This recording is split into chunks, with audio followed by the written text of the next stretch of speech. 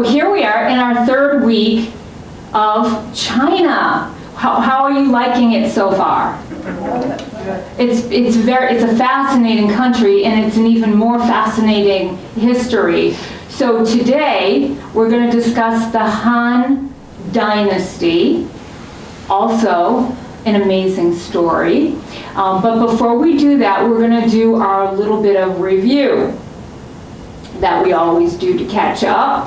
And you might remember from last week that we talked about the governance of early China and what was the first governing philosophy. Does anybody remember?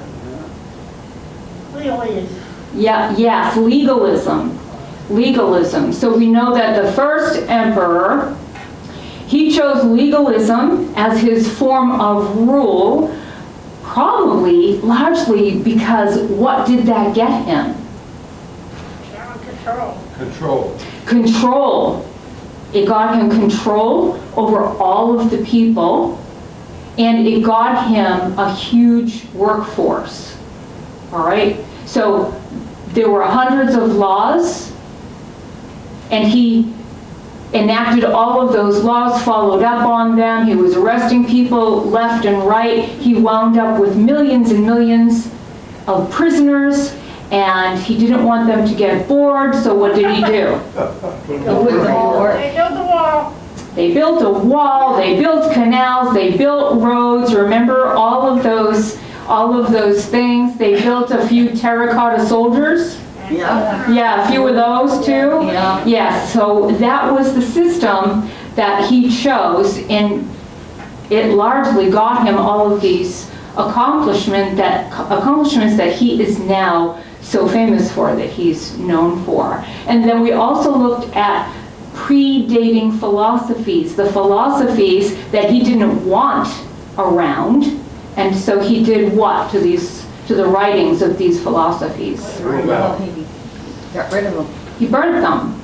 Yeah, he burnt the old philosophical books, but we still have them. They were saved here and there. People saved them.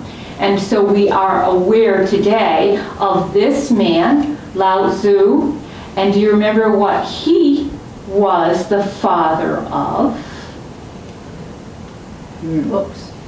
Taoism? Yes, excellent, Edith. Taoism.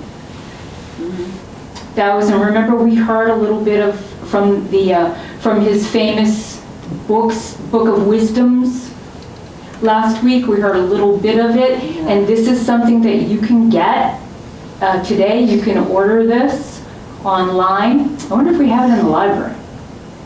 That's a question. Where's Jane today? We need Jane. And what was the philosophy? What was the Taoist philosophy?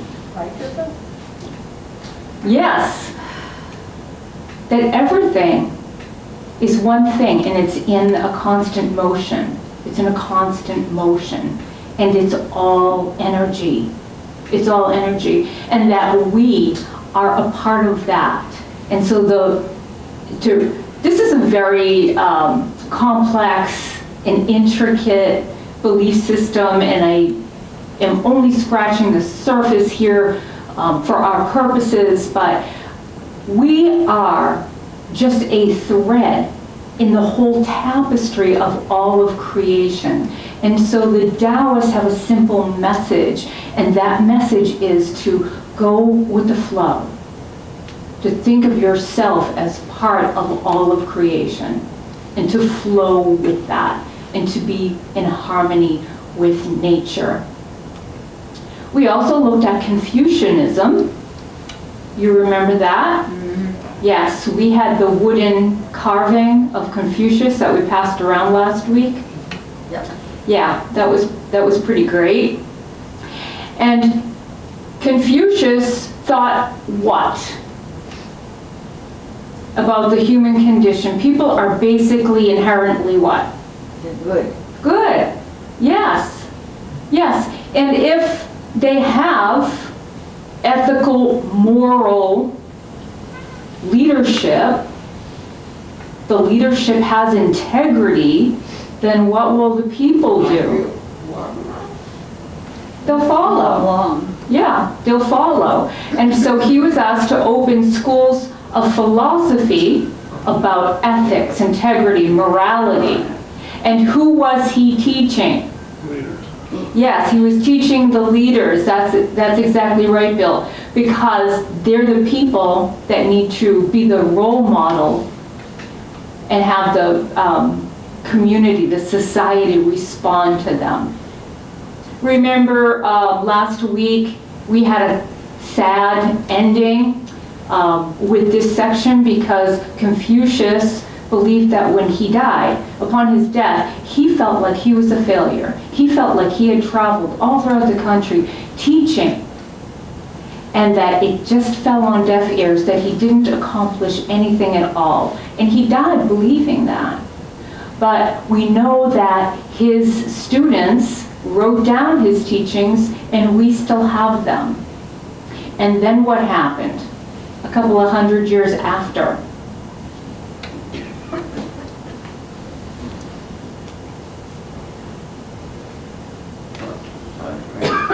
You remember that? Confucianism becomes the state, the country's ideology. It's the official ideology. All right? And that brings us to our topic for today. We're going to go on from there. So we know that the first emperor, he did all of these great things, and there was something he forgot to do. Does anyone remember what he forgot to do?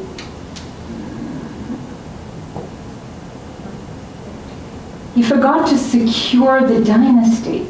Oh, we didn't make here. He had sons. Yeah, he had sons, but he didn't set up a solid leader. This is my successor. This is the person that you raise up this person. Do we have any doubt who will follow Queen Elizabeth? Oh, yes, we do. Actually, we do, don't we? That's not a good example. Do we have any doubt who will follow Prince Charles? No. No, we don't. We know who. We just know. There's no question about it. No one's going to fight over it if everything goes well. Well, first emperor did not set that up. So he actually had 18 sons, and he didn't establish a firm successor. And when you don't do that, what do you have? Anarchy. You have a lot of people vying for the crown, fighting one another, manipulating, scheming against one another. And does that produce a solid empire, a solid government? No, not at all. Not at all. And so this was a very tempestuous time. So we have an empire, China, in effect, but it is on very, very shaky ground. And it's in this environment that we have our next incredible story of Imperial China. From the province of Han comes a commoner, just a commoner, no noble blood, lineage, legacy anywhere to be found. He's just a commoner, and yet he still manages to raise himself to the level of local sheriff. He's the local sheriff. That's a pretty good job, working for the government. Good job. Maybe he's got benefits. His name is Liu Bang. Now you also remember that I'm going to mispronounce names, and you're all going to forgive me. You all agreed to that prior. So he has this nice job, and he is ordered to take a group of prisoners who are probably what? Peasants. Yeah, just people arrested under the legalistic laws, probably not guilty. He's got orders to take them to the tomb. Remember the tomb? Yes. There's still work to be done on the tomb, and he's got a large group of prisoners that he is escorting to the tomb to work. And then something really terrible happens. A couple of the prisoners escape. They escape. All right, so he's got everybody else, but a couple of them aren't there. They get away. So what's going to happen to him if he arrives? All right, I know this looks like the wall, but what's going to happen to him when he gets there and he has lost a couple of prisoners? Oh, he's gone. Under this legalistic, punishing government. He's doomed. He's doomed. That's perfect. That's exactly what he's thinking. When I get there, they're going to torture me and or kill me because I lost I allowed a couple of the prisoners to get away. And so, when you read about this man, you find over and over and over again that he is a man of some cunning. And he uses that right now in this situation. He has to make a decision. What am I going to do? How am I going to get out of this? All right, he's got all these prisoners. They're en route.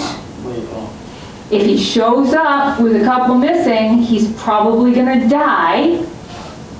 So what does he do right in this moment? Well, he comes up with a plan, and he presents himself to the rest of his prisoners, and he makes this grand statement, and he says to the group, I would rather fight with the rebel forces than deliver you to toil for this emperor. And with that, he cuts the chains of all of his prisoners. He's going to let them go. But because he's made this grand statement that he's doing it for them, some of them, a lot of them, are so grateful that they stay with him. So what does, Edith says they'll follow him anywhere. So what does he have now then?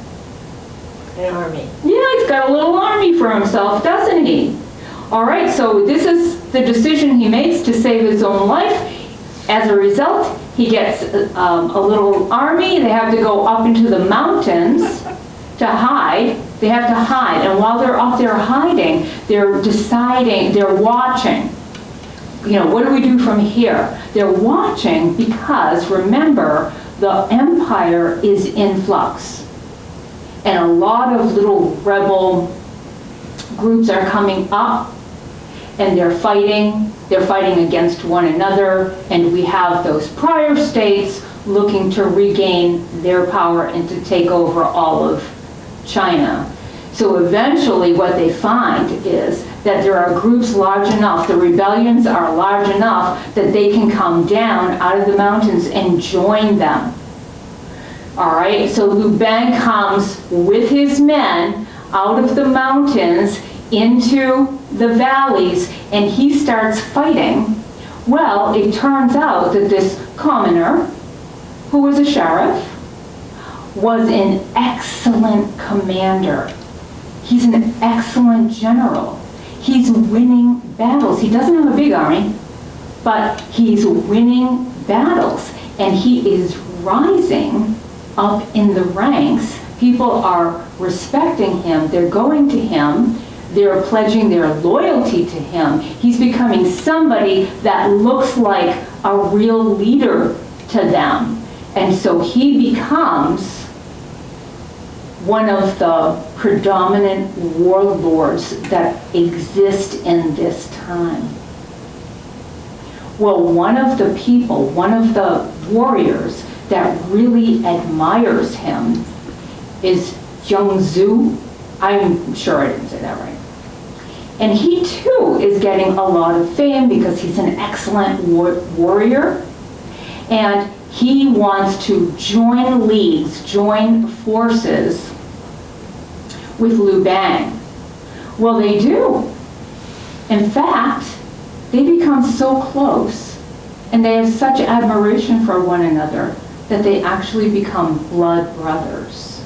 And this means something. This means something to them in this time. Like they really are blood brothers. Sadly, as they both gain in power, what do you think that does to this deep, strong friendship that they developed? Yeah. What, David? To create a following. Yes, and they're both now getting a following. They're both now getting a following. Mary, yes, you had it. Yeah, it's creating a rift between the two. They're competing. Yes, so now they're in a situation where they're finding that they're competing one against the other. And they had this strong bond. They had this love and respect for each other. That's what's so sad about this story, but that's what power does. And so now they find themselves at odds with one another. And here is where Liu Bang's cunning comes back into play. All right, so this man that he thinks of as his younger brother is gaining power, and he has to top that. He has to take that power away. And so he's using his cunning to tell his soldiers what we want to do to gain more support and to gain more people into our army, to have the larger army, is don't harm the people, don't disturb the farmlands, don't do anything to upset them. And that works. That tactic works. So now we have Liu Bang, who's getting much more of a following, and the whole thing is coming down to these two men. So it's all reduced, boiled down to these two men. So you have Han, who is Liu Bang, and you have Chu, the province of Chu, which is represented by Xiang Yu. You forgive me if I mispronounce stuff, right? We don't know the difference. You don't know the difference. Oh, wait, you mean mine. Yes. And who wins? Han, exactly. The Han Dynasty, because we know there's a Han Dynasty, right? We know that the Han Dynasty follows the Qin Dynasty. And what we have is this amazing story. Because he was a commoner, he was a peasant, and he rose to the highest position that you could possibly have in China. He becomes the emperor. Now this is a more intricate and complex story than we have time to go into here, but I highly recommend reading the story about these two men and the battles that they fight and all of the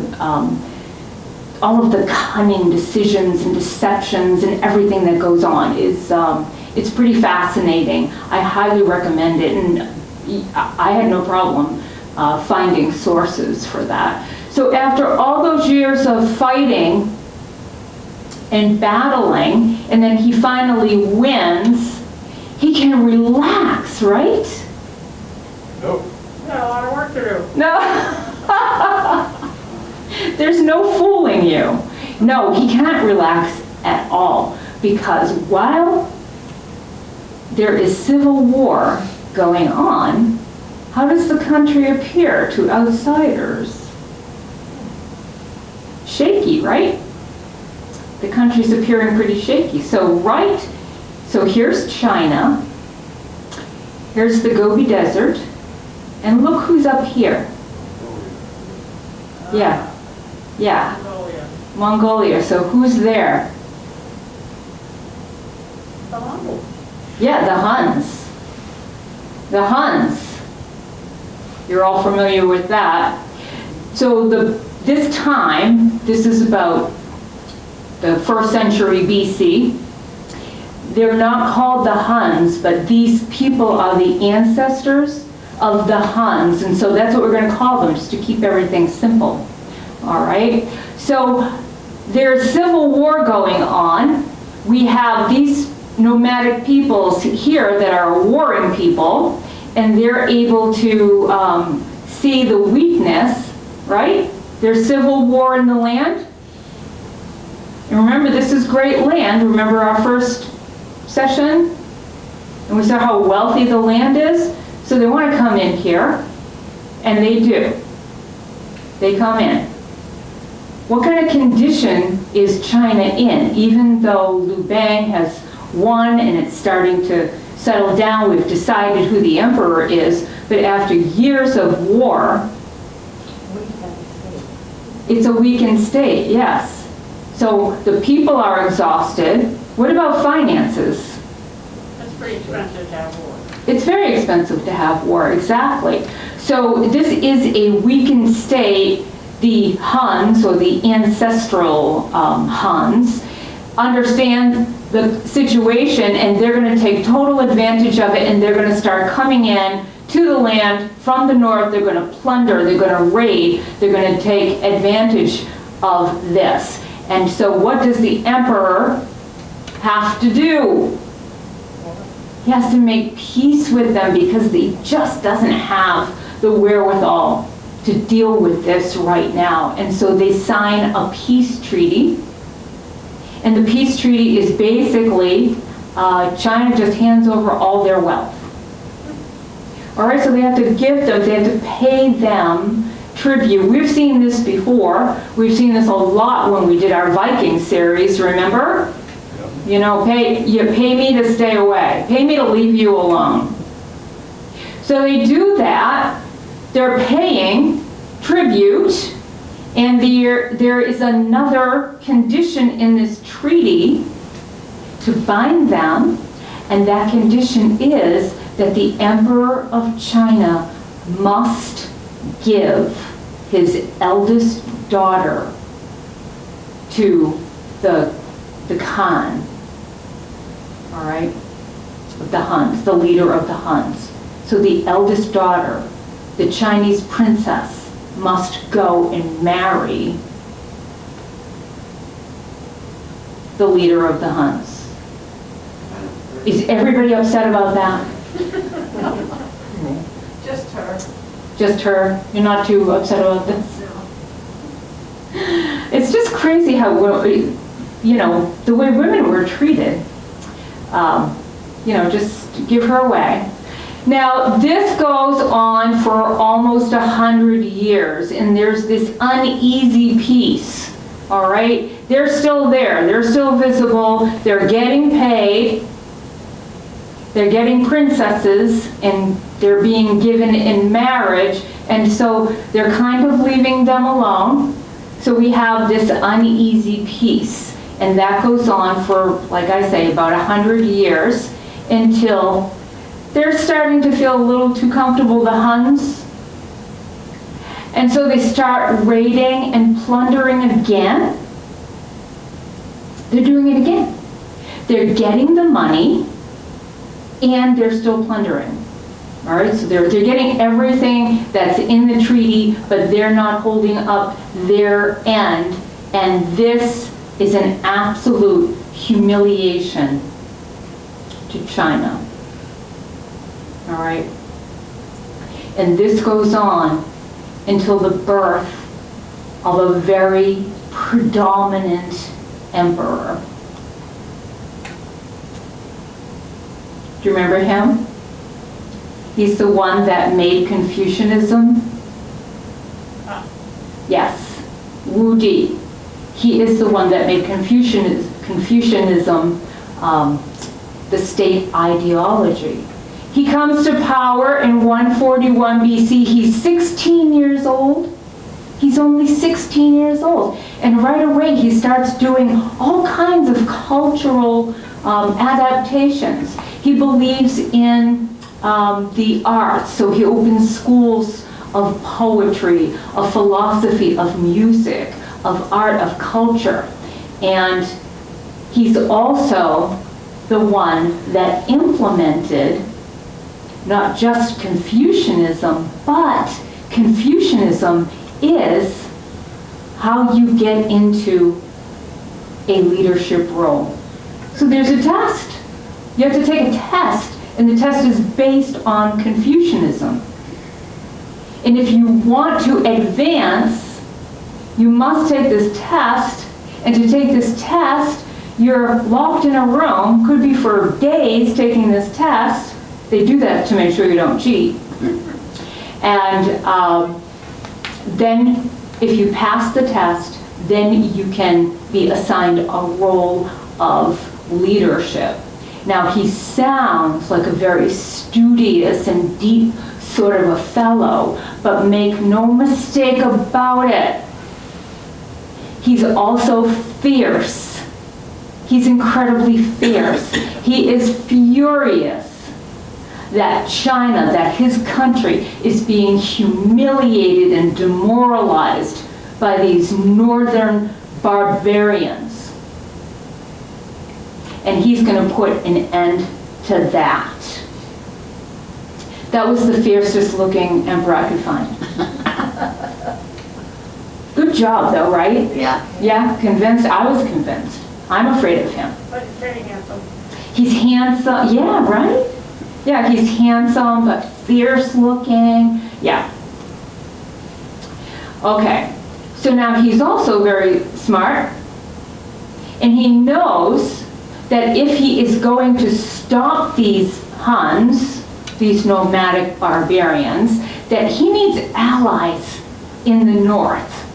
He needs some allies, and he has to go find them. And so he has a diplomat that he sends out, okay? Does anyone want to take a shot at this name for me? Does anyone want to guess? Xiang Qian? Does that sound good enough? Yeah. All right, we'll take it. Xiang Qian. Well, this man, he's fascinating. This story is fascinating too, just all by itself, because he makes a journey that is amazing. All right, but before we get to that, you need to know that he's leaving China. He needs to go north because they need some allies to protect their northern borders, to help them to stop these Huns. And what he discovers is that out beyond the mountains, there's a whole new world. There's a whole other world. Now, understanding China, the country of China, where is it? What is the geography of China? Surrounded by mountains. It's surrounded by mountains, and what's on the east coast? The sea. The Pacific Ocean, exactly. Exactly. And so that creates an isolation. There's an isolation. All right, and I have for you, just to get an idea,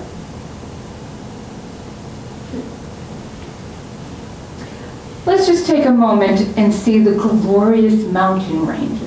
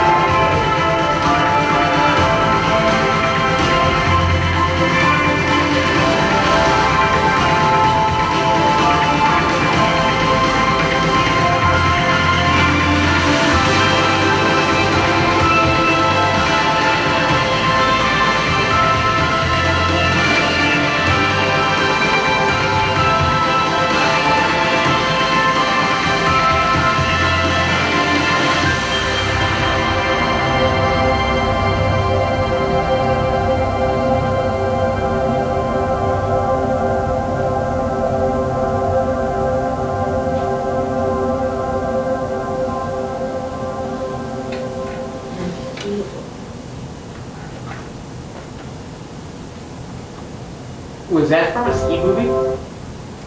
I'm sorry? Was that from a ski movie? Teton Garden Research is a ski company. Or they make ski movies. Oh, I don't know. I don't know. Yeah, we could look that up. We can find out. But what do you think of that? Isn't that glorious?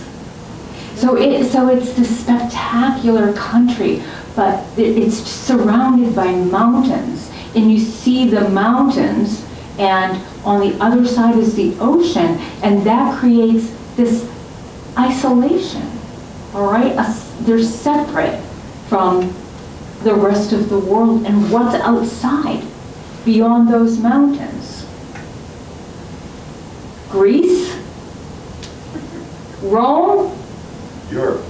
Europe, The Vikings. the Middle East. Yeah, the Vikings are there. Yeah. Yes. I mean, it's just amazing. So when the diplomat goes in search of allies, what does he actually find? Tibet. Tibet, yes. Tibet, the whole rest of the world. The whole rest of the world. And this is the moment, this is the time in history when we have something, you're all familiar with this.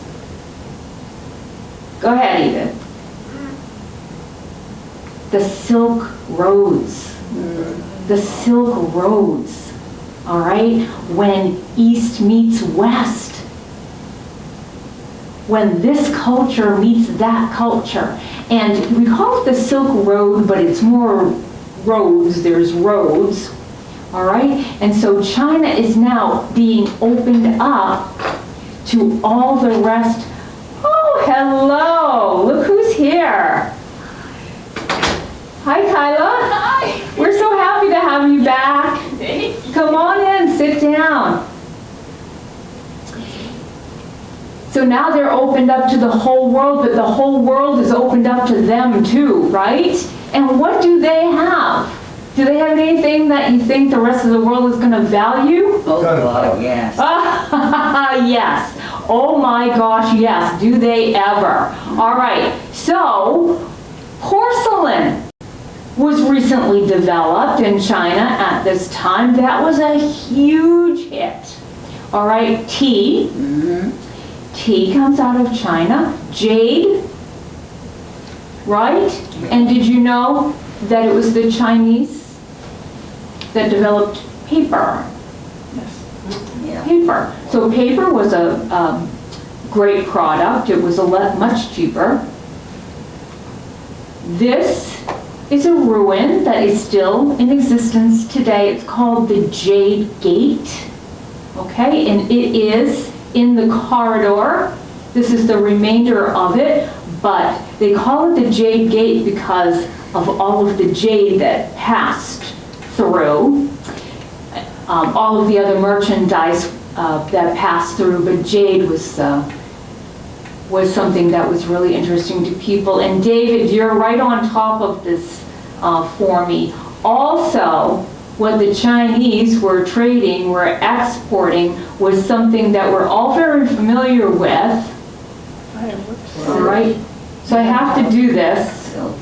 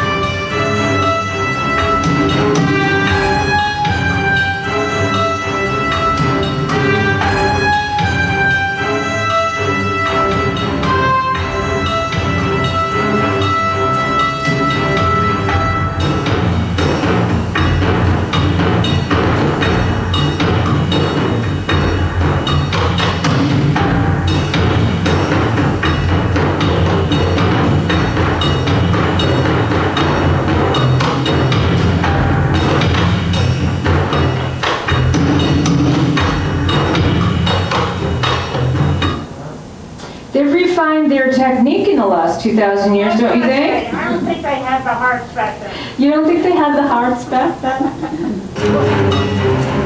So they're doing this for fireworks, and they're doing it to scare the evil spirits, right? But it's thought to be Marco Polo that brought this to Europe, and then it becomes gunpowder, Yes. becomes a weapon. So thank you, Marco Polo. All right, but am I forgetting something? I think there was another commodity they had that I'm not remembering. What about silk? Oh, did I forget silk? Oh, silly me. Of course, silk. It's the Silk Road. It is the greatest thing that Europe has ever seen, or the West has ever seen, and they love it. But do you know how silk is made? Worms. From silkworms, Little worms. and A lot of slaves. a lot of yeah, 'cause it takes an awful lot to make so much yards of fabric. Well, the Chinese were right on top of that when they saw how popular it was. Well, they took the process, the procedure, and they made it top secret. All right, nobody was going to get this information on how to make it. In fact, it was the emperor in Constantinople. We'll get to this later, but he sent spies because it was so expensive. He sent spies into China to get that top secret, because Rome loved the silk. They were crazy about it. In fact, they passed a law that said that only nobility and royals could wear it.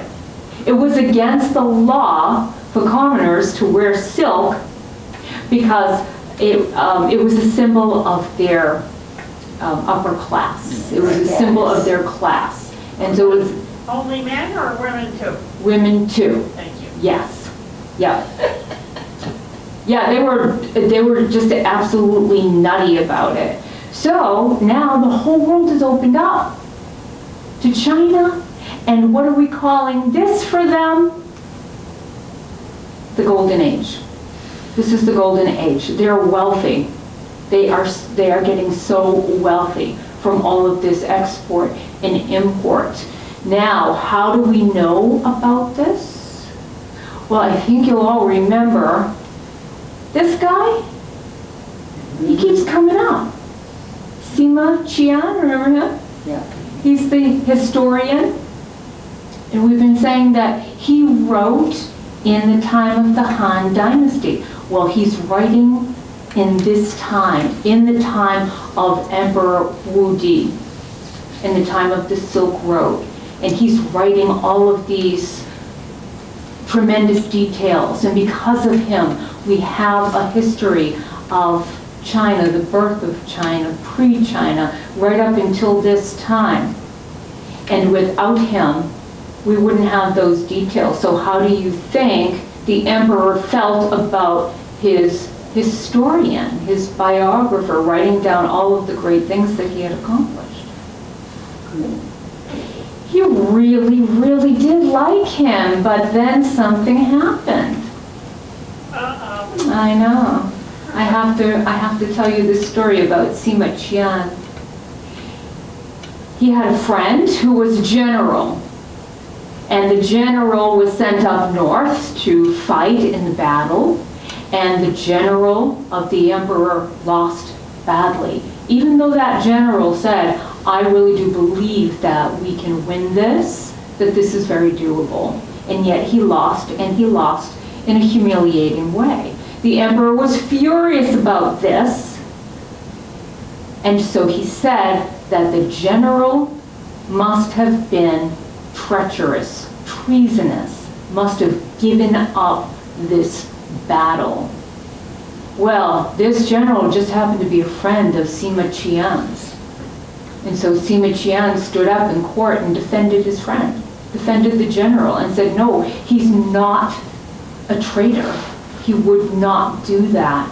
And the emperor got very upset with Sima Qian, and what did he accuse him of? Treason. also. Treason. So then you must be a traitor as well. And so he's sentenced. And the sentence for treason, you have a choice. Is death. Yes. Death, that's always like an option. That's always one of the options. Actually, he was originally sentenced to death. Then the emperor gave him a little out.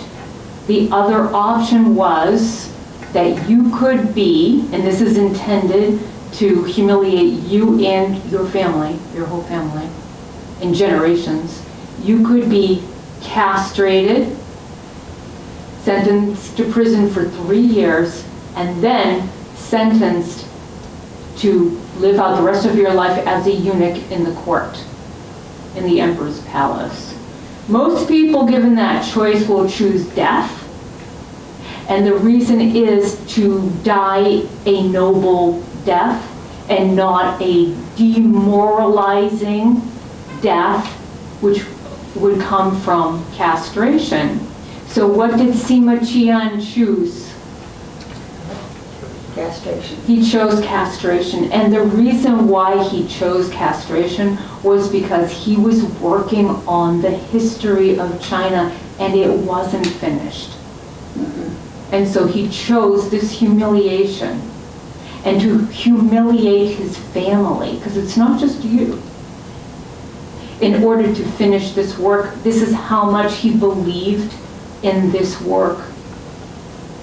And so that, we don't know exactly how he died, but he was sentenced, he was castrated, he was sentenced to prison. He did go to the court as a eunuch and lived out his life there, and he did, most importantly, as we know, finish the history of China.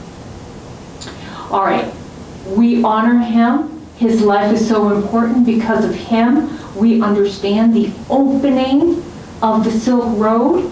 We're indebted to him. And so I wanted to show you next another short film. And this goes over the history of the Silk Road and how it developed in China. Let me show you this.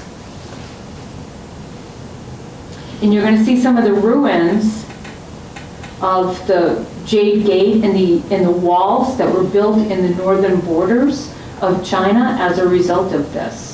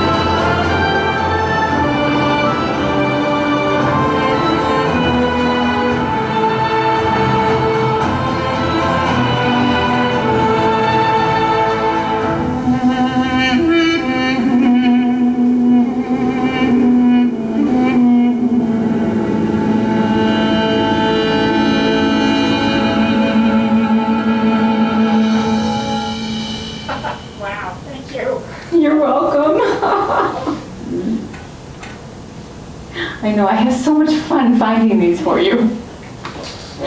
All right, so we know all of these amazing, fabulous fabrics and jewels and precious stones and inventions came through the Silk Road, to and from. But what else would have come to and from? People. Yes, people.